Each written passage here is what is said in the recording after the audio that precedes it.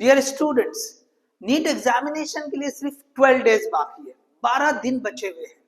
अब इन 12 दिन में क्या स्ट्रैटेजी होनी चाहिए? देखिए, अब ये जो 12 डेज बचे हैं, इसमें अपने परफॉर्मेंस को इम्प्रूव तो करना ही रहता है, लेकिन साथ में कई बार ऐसा होता है कि परफॉर्मेंस डिग्रेड होने से बचाना भी जरूरी होता है, मतलब हमारे परफॉर्मेंस को रिटेन किया जा सके। तो इसके लिए क्या स्ट्रैटेजी होनी चाहिए? अब देखिए क्या होता है कि जो सीरीज चलती है, ओके, बहुत सारे स्टूडेंट लिखते हैं कि भाई नीट एग्जाम की बहुत अच्छे से तैयारी हो।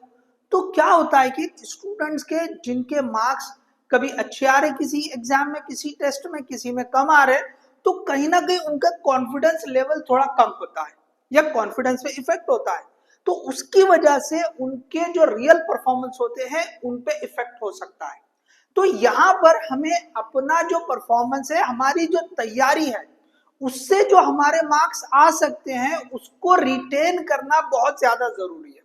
देखिए आज की इस वीडियो में हम सभी तरह के स्टूडेंट्स के लिए बात करेंगे, जिनकी स्टडी बहुत ज्यादा अच्छी है या जिनकी मॉडरेट है या जिनकी पुअर स्टडी है, मतलब मार्क्स बहुत पुअर आ रहे हैं।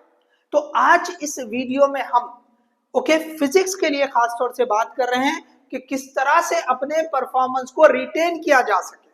चलिए सबसे पहले बात करते हैं कि ऐसे स्टूडेंट जिनको जो है स्टडी बहुत अच्छी है या थोड़ा बहुत जैसे मॉडरेट भी है, मतलब जो है उनके 80 से लेके 100 मार्क्स तक भी आ रहे हैं, या जो अच्छे स्टूडेंट की बहुत अच्छी तैयारी है तो उन्होंने 120, 140, 150 इसको भी क्रॉस कर रहे हैं। तो इन स्टूडेंट्स ने क्या करना चाहिए इन लास्ट 12 डेज में? तो देखिए सबसे पहली बात कि जनरली कोई भी ये बोलेगा कि भाई रिवीजन आप करते रहें, ऑब्वियसली रिवीजन करते रहें। अब रिवीजन कितना करें, क्या क्या टॉपिक पढ़ें, किस तरह से, मतलब जो मटेरियल आपके पास है वो तो बहुत ज्यादा रहेगा। तो जनरली आपको बताया जाता है कि आप शॉर्ट नोट्स, ब्रीफिंग तैयार करके रखें, ताकि आप जो है वो 200-300 पेज जो शॉर्ट नोट्स के तौर पे बनाए खुद के, तो वो आपको बाद में रिफर करने के लिए आसान हो।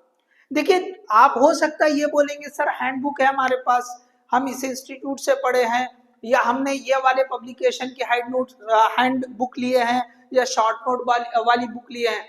तो देखिए कहीं ना कहीं आप देखो कुछ ना कुछ चीजें मिस रहती है, मिस रहती है। आपके अपने नोट्स ज्यादा फायदा देंगे, ठीक है, कि आपने जो पूरे क्लास वर्क या आपने जो तैयारी की है 2 साल, उसके जो शॉर्ट नोट्स है वो बहुत इंपॉर्टेंट होते हैं। चलिए फिर भी जो आपके पास अवेलेबल है, अपने परफॉर्मेंस को रिटेन करने के लिए क्या करना जरूरी है?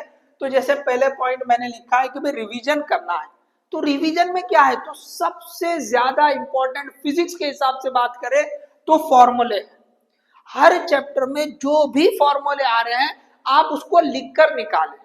रोज जितने चैप्टर हो सकते हैं फिक्स कर ले, कभी हमको रोज जो है 5-6 चैप्टर कम से कम, 5-6 चैप्टर के आपने जो है फॉर्मूले पूरे लिस्ट आउट करना है, पूरे लिस्ट आउट करना है। आपने जबानी लिखना है, रिकॉल करके लिखना है। 5 से 6 चैप्टर अगर रोज के करेंगे तो होप आप जो है ना एक 5 या 6 डेज में आपका पूरा सिलेबस हो जाएगा। तो कम से कम ये 12 दिन में आपका 2 बार तो भी पूरा लिखकर निकालना हो जाएगा। तो फॉर्मूले आप लिखकर निकालें, रिकॉल करके आप लिखकर निकालें, तो आपके ये फॉर्मूले जितने पक्के होंगे, तो देखो हमको पता है कि भाई फिजिक्स में ज्यादातर न्यूमेरिकल आते हैं, तो न्यूमेरिकल में जो या क्वेश्चंस में जो डेटा दिया रहता है, इंफॉर्मेशन दिया रहती है, वो देखकर हमको फॉर्मूला क्लिक होना चाहिए। तो फॉर्मूले आपके जितने पक्के रहेंगे वो इमीडिएट क्लिक होगा। कई बार क्या होता है, कंफ्यूजन होता है कि भाई नीचे आ रहा है या ऊपर आ रहा है, 2 है या नहीं है, स्क्वायर है या नहीं है, थीटा है या साइन थीटा है या साइन थीटा बाई 2 है, साइन थीटा है या साइन स्क्वायर थीटा है, कई सारे कंफ्यूजन हो जाते हैं।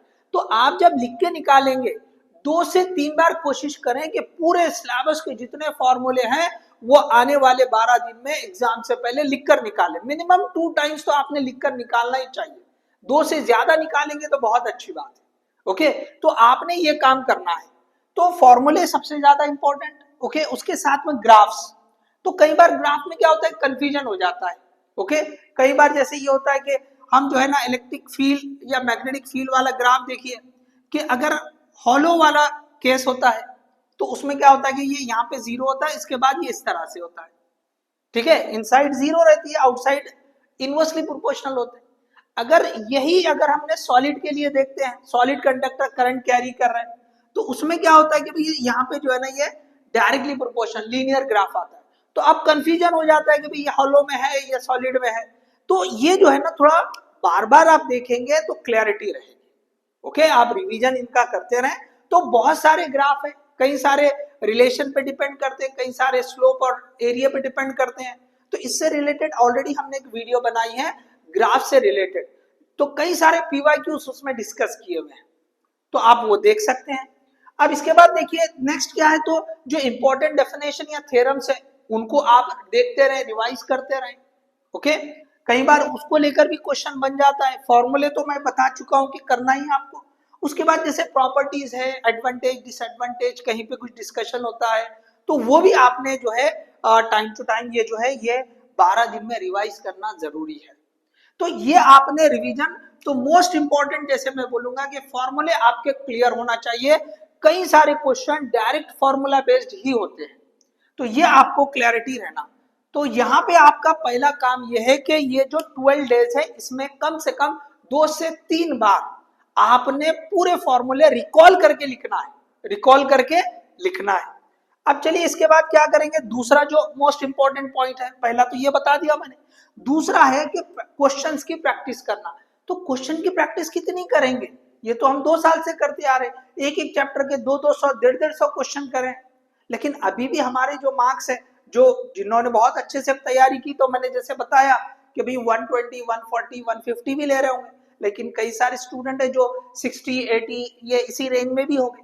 तो देखो यहाँ पर आपको क्या करना है, चाहे आप 120 140 या उससे बढ़कर भी ले रहे हैं, आउट ऑफ भी ले रहे हैं, तो आपने जो है ना जिन टेस्ट में, ओके, ये जो आप सीरीज जिसकी भी लिखे हैं, ओके, जो सीरीज अटेम्प्ट किया आपने, उस सीरीज के पेपर से जो भी आपने क्वेश्चन आपका अनअटेम्प्टेड गया है या रॉन्ग गया है, एक बार वापस उसको वर्कआउट करें।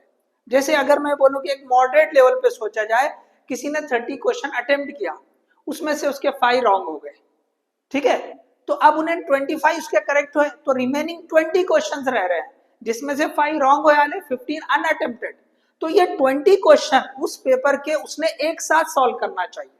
ओके, पेपर ले, मेरे ये 20 क्वेश्चन करने हैं, तो आपने ऐसे जितने भी आपके सीरीज के पेपर है, आपने फुल सीरीज वाले 10 पेपर लिखे होंगे, 12 लिखे होंगे, जितने भी लिखे होंगे, 20 लिखे होंगे, हर पेपर में से आप चेक करो कि आपके कितने क्वेश्चन है।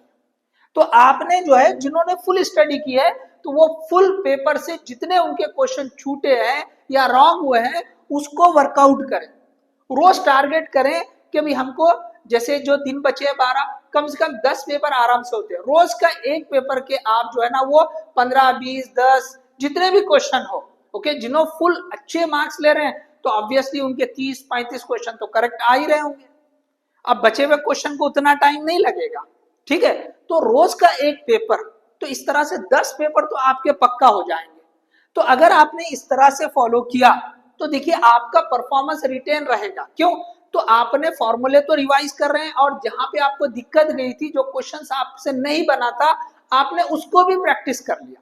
तो इस तरह से आप अपने परफॉर्मेंस को रिटेन कर सकते हैं, और ऑटोमेटिकली ये बूस्ट भी हो जाएगा, क्योंकि जहां प्रॉब्लम गई थी, दिक्कत गई थी, वो आपने वर्कआउट कर लिया, तो ऑब्वियसली आपको मेन एग्जाम में इसका बेनिफिट मिलेगा। अच्छा, अब ऐसे स्टूडेंट जिसको जो है भाई 60 से 80 मॉडरेट लेवल पे चल रहे हैं, 100 भी मुश्किल से आ रहे हैं, ठीक है, 100 भी अगर आते हैं तो फिजिक्स में एक अच्छा स्कोर माना जा सकता है, लेकिन अगर 60 80 ऐसी पे मार्क्स आ रहे हैं तो उन्होंने क्या करना चाहिए, तो आपको कस्टमाइज जाना चाहिए, आप पूरे सिलेबस पे मत जाए। आपके जिन चैप्टर की स्टडी अच्छी है उन चैप्टर को पहले फिक्स करें और देखें कि भाई क्या ये चैप्टर्स, ओके, हमारे अच्छे वेटेज वाले, हाई वेटेज वाले हैं, ओके, या फिर उसमें कुछ और ऐड कर ले। भाई पढ़ा हुआ तो रहेगा आपका सबका, तो आप कस्टमाइज कर ले, एक 15 18 चैप्टर 20 चैप्टर तक आप जो है ना फिक्स कर ले। पूरे 28 चैप्टर पूरे जो 100% सिलेबस में ना जाए, आप 15 से 20 चैप्टर के बीच में कुछ भी डिसाइड कर ले आपके हिसाब से, जैसे आपकी तैयारी है। अब उनमें से आप क्या करें, फिर से ये जो फॉर्मूले आप पक्के करें, फॉर्मूले अगर सारे करें तो बहुत अच्छी बात है, लेकिन जो क्वेश्चंस की प्रैक्टिस है उन्हीं 15 या 20 चैप्टर से आप क्वेश्चंस की प्रैक्टिस करें। ओके, तो आपका क्या होगा कि वो 15 से 20 चैप्टर आपके पक्के होंगे। जितनी परफेक्शन से करेंगे देखो वही आपको बेनिफिट देगा। आपके आधे अधूरे ओके कच्चे पक्के कुछ काम के नहीं, आपके 100% जो तैयारी की होती है परफेक्शन वाले, तो आप अगर 15 क्वेश्चन अटेम्प्ट कर रहे हैं तो आपके 14 क्वेश्चन 13 क्वेश्चन राइट होना चाहिए, 1-2 का रख सकते हैं। तो ये जैसे एग्जाम्पल के लिए बोला है 15 मैंने, जैसे आपने 25 क्वेश्चन कर लिया, 30 क्वेश्चन कर लिया, अब भाई आपको आ रहे 60 से 80, तो अगर आपने ये 15 से 20 चैप्टर पक्के कर लिए तो आपको कैसे भी 25 से 30 क्वेश्चन आपके अटेम्प्ट होंगे मेन एग्जाम में। तो अगर उसमें 2-3 गलत भी हो जाते हैं तो देखिए आपका स्कोर 100 या उसके ऊपर चला जाएगा। तो ये स्ट्रैटेजी आप फॉलो कर सकते हैं जो मॉडरेट वाले हैं। अब ऐसे स्टूडेंट जिनकी स्टडी बहुत पुअर है, भाई पढ़ा बहुत कुछ है लेकिन मार्क्स कुछ आते ही नहीं है, क्यों? तो कोई भी आपने चैप्टर ठीक से ढंग से पढ़ा ही नहीं है, कुछ चैप्टर्स को तो स्किप कर लिया, ओके, कभी वापस उसको पलट कर ही नहीं देखा, तो कोई बात नहीं। अब जो 12 दिन बचे हैं उनमें आप देखें कि भाई क्या हम एक 5-7 चैप्टर या 8-10 चैप्टर ओके हमारे ऐसे पढ़े हुए हैं जिनको इन कुछ दिनों में पक्का किया जा सकता है। तो ऐसे चैप्टर जिसकी थोड़ी अच्छी आपकी उस पर ग्रिप है, मतलब समझा हुआ है, क्वेश्चंस में आपको मार्क्स नहीं बन रहे, तो क्वेश्चन को थोड़ा सा और प्रैक्टिस करेंगे, उसको सही से वर्कआउट करेंगे।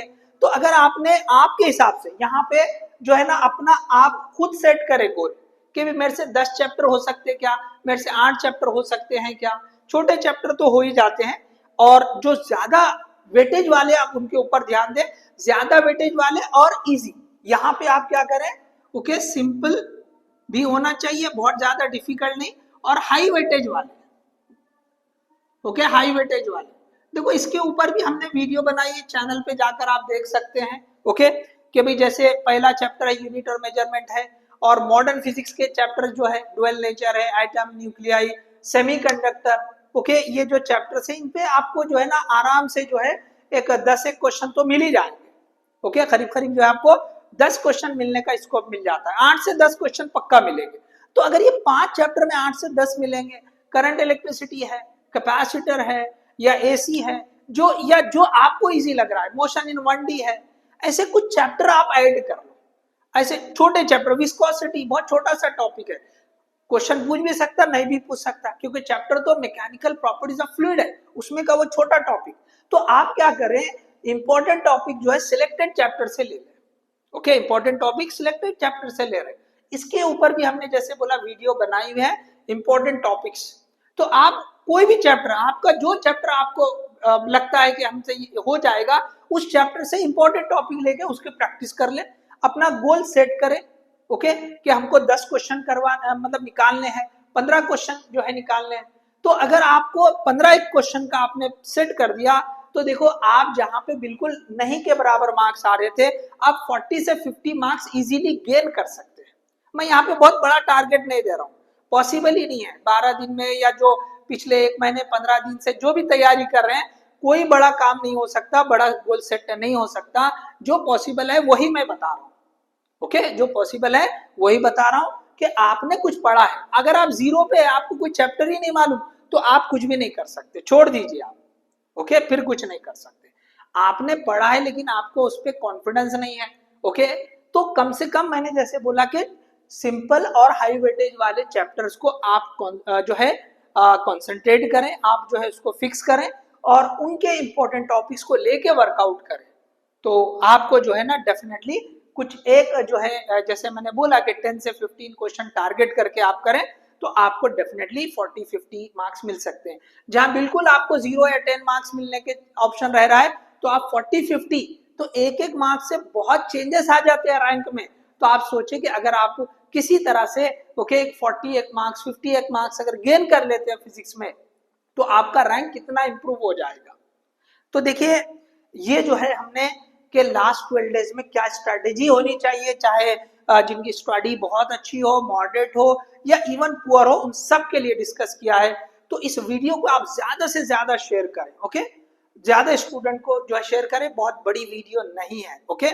So all the best, thank you. बहुत जल्द जो है हम जैसे जो OMR की जो है किस तरह से फिलिंग करना चाहिए और जो है पेपर को अटेम्प्ट किस तरह करना चाहिए, स्ट्रैटेजी, ओके, उसको भी डिस्कस करेंगे क्योंकि बहुत ज्यादा जरूरी। इवन सिलेक्शन जो है जो होता है, ओके, आपको MBBS की सीट चाहिए, ओके, तो आपका सिलेक्शन हो जाना चाहिए, तो सिलेक्शन की स्ट्रैटेजी किस तरह होनी चाहिए, हमको किन जो है बातों का ध्यान रखना चाहिए। तो आने वाले जो है ये 2-3 वीडियो बहुत जल्द जो है आने वाले टाइम में आ जाएंगे, ओके।